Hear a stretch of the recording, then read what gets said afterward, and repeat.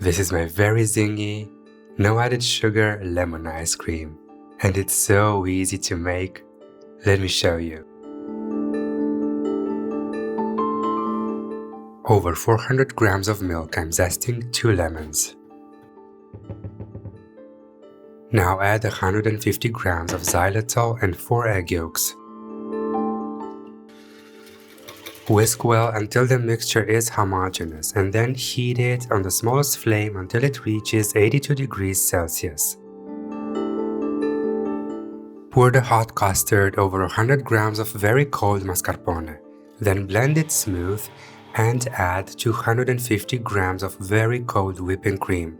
Continue blending for a minute, then add a teaspoon of orange blossom water. Finally, add 150 grams of very cold lemon juice. Blend for a minute, cover with plastic wrap and refrigerate the ice cream base for 8 hours.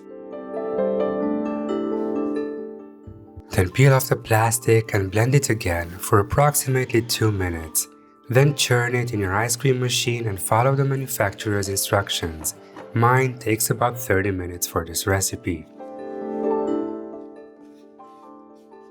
Transfer the very soft lemon ice cream to a frozen casserole, level it, and then freeze it for 6 hours. Before you scoop it out, let it sit at room temperature for 10 minutes to soften up a bit.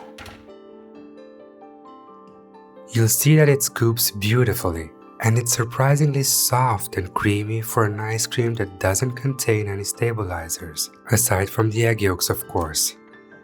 I like to serve it with fresh blackberries and a few mint leaves. I really hope you're gonna give this recipe a try and let me know how it turned out for you. See you next time, dessert lovers!